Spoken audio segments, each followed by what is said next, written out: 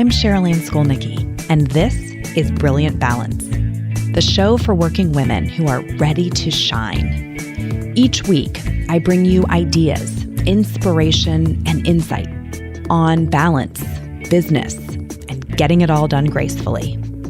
You ready? Let's be brilliant.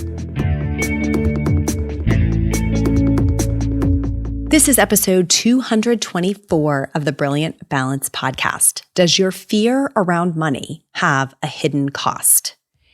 And this is going to be part one of a 4-part series that I'm doing on money, on finances. And I wanted to give you a little bit of context on that as we get into today's episode. So if you have been a listener of the podcast for a long time, like back in year 1, you might remember that we did a series on finances a million years ago. And I've gotten a lot of questions about money lately. I think as we've navigated the events of the pandemic and people have looked really seriously at changing jobs or resigning from jobs or early retirements or leaves of absence, like so many things that have changed around the financial picture. And as we've sort of reimagined our futures in light of all of the events that we have experienced over the last couple of years, finances seem to be a really hot topic. And so I'm going to go back into the archives and re-air this series of episodes. There are 4 of them for you. So today's is episode 1 of that series. And again, we're looking at financial fear or fear around money and what that might actually be costing you. And then we're going to roll into additional topics in the coming weeks. So I hope that this serves you really well at this moment in time. And I'm going to be really anxious to see kind of the conversations that unfold in our Brilliant Balance Facebook group and in the Instagram community as you listen to and internalize this content and see what the application might be for you. So without further ado, here is the first part in our 4-part series. And today we are kicking off something brand new. This is a 4-part finance series, kind of new for us, but I'm pretty excited about this content and what we're going to be sharing over the next 4 weeks. So 4 different episodes on 4 different facets of financial mindset. So why am I doing this? Why on a podcast that's really about balance and priorities and purpose are we talking about finances? It might seem like it's coming in a little bit from left field, but here's why. One of the biggest barriers that I see in my work to women achieving their full potential, the work they are here to do, the legacy that they are meant to live, is actually finances. And maybe not for the reasons you think at first blush. This really isn't about finances getting in our way because we don't have the money to pursue what we want to do. It's not really about a lack of actual finance resources. It's really about how we think about money, or sometimes how we don't think about money at all, right? And that is the pattern of thinking that gets in our way. So what we're going to do in this 4-part series is break down a few different financial mindsets and help you examine how they might be showing up in your life, what kind of impact they might be having on your thinking or on the decisions that you're making, so that you can see for yourself if any of these are in fact in your way. All right. And we're going to kick that off today talking about financial fear. So when I say that phrase, financial fear, I want you to think about where does it land in your body? How does just the phrase alone make you feel? Do you get a little constricted in your gut? Do you feel a tightness in your throat? Do your hands or shoulders clench up a little bit when I talk about financial fear? And if any of those responses are happening, or even if you just kind of flush with a little extra heat when you hear the phrase, that I want to pay attention to that today. So financial fear in the context that we're going to come at this You might use the phrase scarcity mindset to get at this. So if you've heard anything about scarcity thinking or scarcity mindset, that's really what we're going to talk about.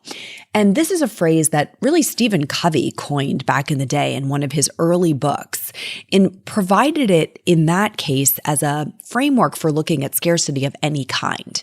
You might have a belief that there's not enough of something.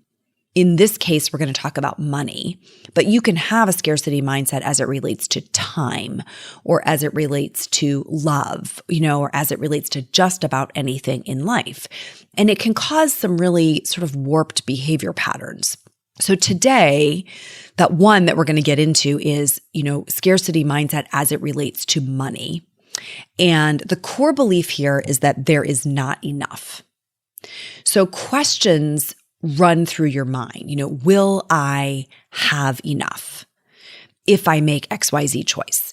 Or how do I hold on to the resources I do have? There can be this sense of, tightly gripping the resources that you've already been able to amass. Questions like, what would I do if I lost it? Or if I lost everything? Questions like, why don't I have more? Why don't I have more money? Or why does she have more?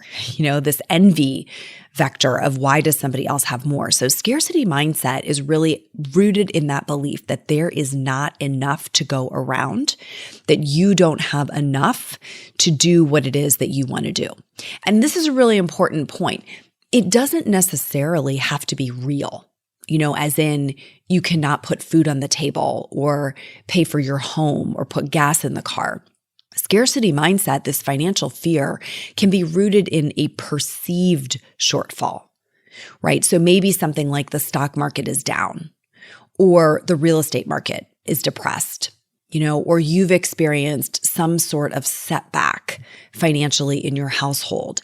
And even though there really is plenty of money still left, it feels like there's scarcity. Right? Maybe the balance in a particular account is dwindling. And every time you see that number, in your online dashboard, it kind of hits you in the stomach.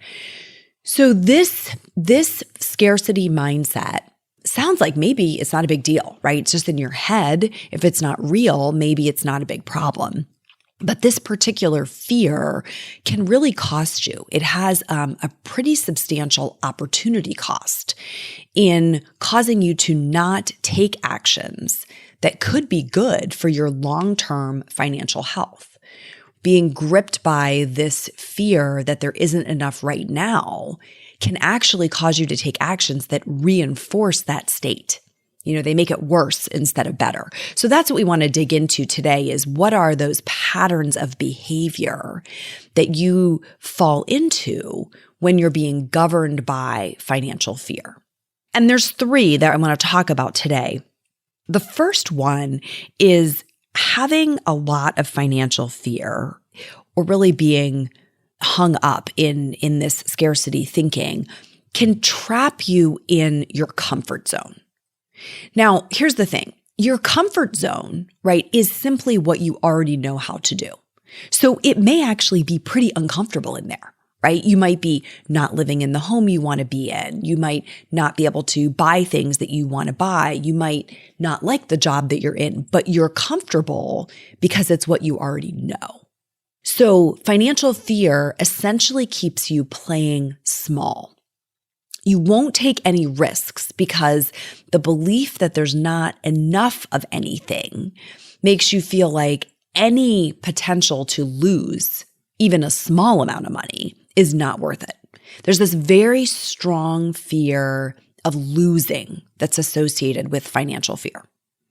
But guess what? Losing is just a part of life. The facts are that you will lose sometimes. You'll have a business deal that goes sideways, or you'll have an unexpected expense that comes up that you have to cover, or you'll go to sell a home and you won't get the price that you wanted for it, right? Something as it relates to money will not work out. But overreacting to that, acting like there's something wrong with you when that happens, that can be disastrous, because as soon as you view it as like, oh my gosh, this is this alarming, unexpected event, This is catastrophic. Then you go into essentially fight or flight thinking. And we're going to talk in a minute about just how dangerous that fight or flight mechanism is, right? When you act like this unexpected financial loss or event is catastrophic, it can really send you into a tailspin. So when you're standing inside your uncomfortable comfort zone, right? I don't love the way my life is. I don't feel like I have enough, but I am so terrified of losing even anything, even a small amount of money, that I can't step outside this comfort zone. What happens? You just continue to reinforce your current circumstances, right? And so we'll say things like, I feel stuck. I just can't get past this. It's always been this way. I can't imagine how it will ever change. All of that, all of those kinds of messages are really this reinforcement that, I would just prefer to stay tucked in here in my comfort zone, not changing anything, because the fear of loss outweighs the opportunity for potential gain. Okay, can you see how scarcity thinking, this financial fear, is really what's governing and dictating those choices? It's the tape that's playing in your head that is giving you permission to not make any moves that could actually take your life to the next level. You're just reinforcing the current state over and over and over again. So that's the first one. And it's a pretty big deal because if we do what we've always done, right, it stands to reason we will get the results we have always gotten. And what we're looking for here are different results. We're looking for a way to reach that next level. So we're going to have to do something we've never done before. That's the first piece, staying in your comfort zone. The second issue with being really ensnared by financial fear is that it sets up and reinforces a blame game. It's a pretty ineffective blame game, but you can get into this pattern of finger pointing. So when scarcity mindset is strong, your focus will be on finding someone to blame instead of controlling what you can control. So you'll find yourself pointing the finger at pretty much everyone other than yourself. It's the economy's fault. It's the government's fault. It's someone in your company's fault. There's a lot of places it's your parents' fault that the blame gets placed of how you got to this place. This is what my husband did that got us into this situation. And now there isn't enough and there will never be enough. This is what my company did. This is what whoever. Okay. So there's this finger pointing of wanting to explain the situation.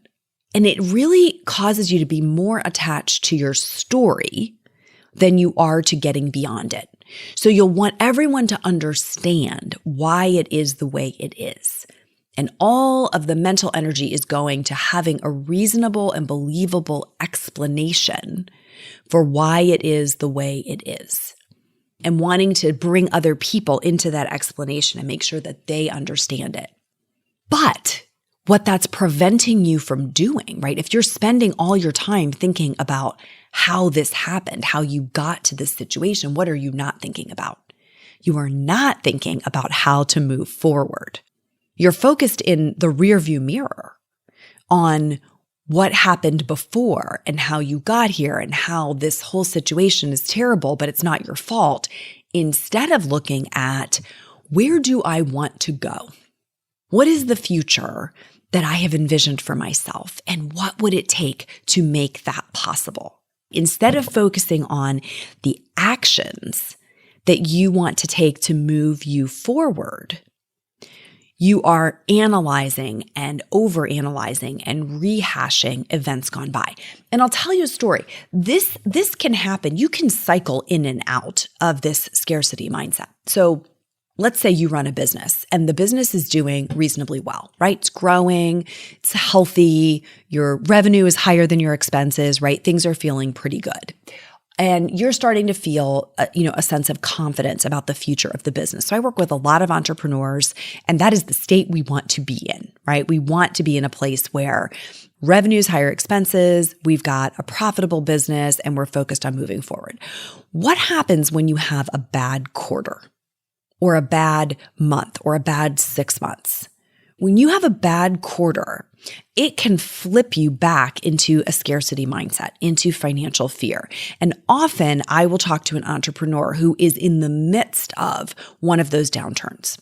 And what happens is that they are immediately focused on looking backwards at how that happened.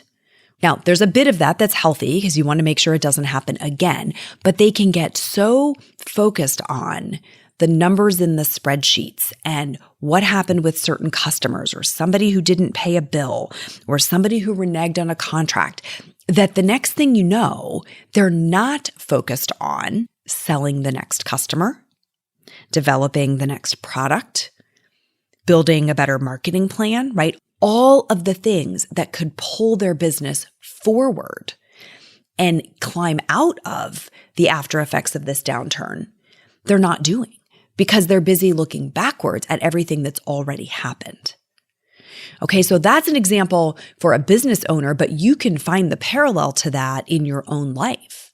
If you're spending all of your time looking backwards at whose fault is this? How did this happen? You're not focused on what you can do to move forward and change the situation. So we talk a lot in my breakthrough program about agency mindset. Agency mindset is controlling what you can control, right? Taking ownership over the things that you actually can affect, which is the opposite of victim mindset. And so this whole financial fear situation can really keep us in a victim mindset where we are playing a blame game that is not getting us anywhere. Do you ever find yourself saying, I just need a minute to breathe? While the whole idea of meditation can sound totally intimidating, I've found that stepping away from the chaos of life, even just for a few minutes, is incredibly restorative. So if you're short on time, but could use a few moments of peace right about now, listen to my 5-minute meditation for working moms. It'll help you clear your head and come back to your day feeling centered and refreshed. Head over to brilliant-balance.com/breathe. Press play and settle in for a few mini moments of peace right now. So that's the second issue with being in this headspace is first, you're reinforcing all of the behaviors you've already done. So you're stuck in an uncomfortable comfort zone. And then you're looking for someone else to blame about how this happened instead of controlling what you can control. So the third issue with this being governed by financial fear is really maybe the riskiest. And it's that you do go into fight or flight mode. All right. So if you think about kind of that prehistoric wiring of our brain, right? Fight or flight is that survival mechanism. And when our financial livelihood is threatened, or we think it's being threatened, we perceive it the same way we would perceive physical danger, right? Like a dinosaur running at us. So we go into that fight or flight mode, which radically impairs our thinking. So financial fear actually rewires your brain, and you get into a sort of tunnel vision, and you are only focused on the fact that you don't think you have enough money. Right? It's all you see. It's all you think about. It's all you feel. You sort of become obsessed because this hijacks the channels in your brain that really could be used for other things like problem solving, right? Like creativity and innovation, like ideation of how you can get out of this place. But instead, all you're thinking about is like what's right in front of you, which is I don't have enough. And because of that, you can actually lower essentially your IQ, right? There's some research that was done on this, testing cognitive capacity when someone is feeling poor versus when they're feeling rich. And guess what? Being scarcity minded actually lowers performance on like an IQ test. They did this research. It's kind of interesting. I found this data. They did it on sugarcane farmers in India. And these farmers are only paid once a year, it turns out. And they're paid right after the harvest of sugarcane. So when they get that income, they're feeling pretty rich, right? They're flush with cash. So like anybody who gets that, they get really excited about spending it. So they spend it a little too fast. And then by the time they're at the end of the harvest cycle, they're back to being relatively poor. So you get this interesting research situation where you can take the same person and only about a month apart, they can be in very different states, feeling very rich and feeling very poor. And when they tested these farmers on their long-term thinking, their ability to make long-term focused decisions, they tested it when they had no money and when they had plenty of money. And guess when they made better decisions? Right? They made better decisions when they felt financially secure. So if you think about why this matters, it's like when you are not feeling financially secure, when your head is telling you, I don't have enough, you don't make good decisions because scarcity captures your mind. Essentially, that state it's like the state of having just pulled an all-nighter, like sleep deprivation. It lowers your thinking that significantly. And who wants that? Right? So the case to me for learning how to pull yourself out of that financial scarcity mindset, out of this fear-driven behavior is so important because the only way forward, the only way to really get yourself on solid financial footing is to be thinking clearly. Right? So you kind of have to go backwards up this train we've just built. The first step out of it is getting yourself to a place where you feel secure. I think of it as like getting onto a life raft, right? If you feel like you're drowning, get onto a life raft. It might not be your final resting place, but what can you do to give yourself a level of short-term security so you can catch your breath and you can start to think clearly? There's one question that you can ask yourself that I have found to be very, very powerful when you need to flip this switch quickly. Here's the question. What would I do if everything were okay? What would I do right now if everything were okay? Because when you are in that financial spiral, you don't feel like everything is okay. So you're making decisions from this place of like, I just have to survive. And so I'm making bad decisions, right? As soon as you say to yourself, what would I do if everything were okay? You go back into that headspace of security. Oh, that's what I would be thinking about. That's what I would be doing, right? I would get some sleep if everything were going to be okay. I would make sure I were well fed. I might have a conversation with, there's these very reasonable things that you would do if everything were already okay.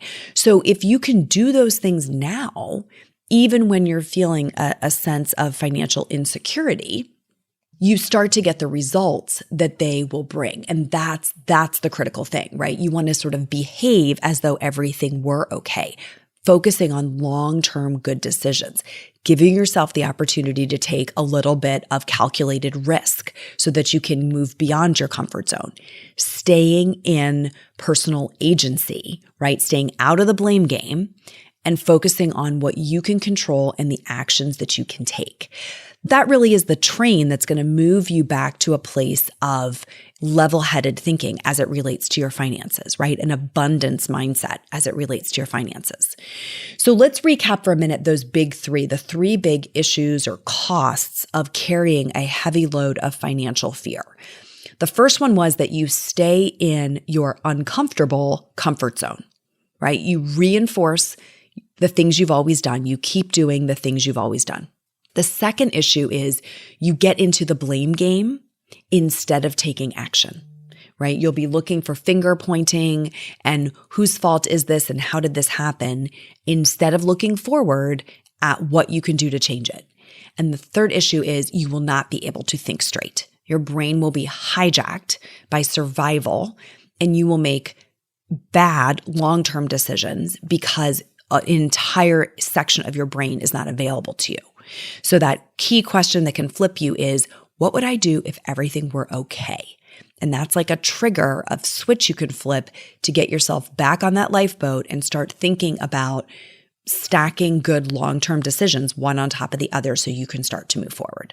Because financial scarcity, the headspace of constantly worrying about money and feeling like there's not enough is just no way to live, right? In fact, it's quite the opposite because getting your head clear, taking responsibility, taking action to start to change the tide, and sometimes rather quickly, everything that you want is sort of lined up behind that chain of events. And this is a very common shift that we tackle inside of Breakthrough. So Breakthrough is one of my member programs. And when we're working with women who need to make this shift, often, this might surprise you, they are women of considerable financial means. This scarcity mindset is in no way limited to people who are in a low socioeconomic class. In fact, it might be as common, among people who have, they're statistically wealthy, but their headspace says they're behaving as though they're someone who has no money. And it goes the other way as well. Sometimes we're working with women who do not have strong financial means, but they've got a great head game, right? They're really living in an abundance mindset. And so they're able to stack wins one on top of the other to take their life to the next level. So this is the opener to our finance series because I think it's the biggest pattern that I see getting in people's way, right? When you are really stuck in a pattern of financial fear, you're locked. You're locked into where you are, feeling terrified of taking any step in any other direction. And our first job is getting you unlocked so you can start trying some new things and getting some different results. That's what I want you thinking about this week. Next time when we come back, we're going to talk about assessing whether you are operating in your life as a financial child or a financial adult. So it's an interesting framework that we're going to play with a little bit, and you can figure out where you land on that spectrum based on your behaviors. And the way we're going to come at this might be different than you think. So definitely join me for that one. And also, if you got something valuable out of today's episode, I would love it if you would take a moment to review the show. We are really so grateful for the reviews that you leave on iTunes especially, but all of the websites where the podcast is available to you. But just go into iTunes or whatever other source you're using, leave a rating or a review like this one from Four Eyes No More. She said, Sherilyn has an uncanny ability to distill life's toughest concepts into metaphors and frameworks that will make you say, aha, and take action. Highly relatable and exceptionally inspirational. So thank you to Four Eyes No More and to all the rest of you who are leaving reviews. We really, really appreciate it. I read every single one of them. That's all for today, my friends. Until next time, let's be brilliant.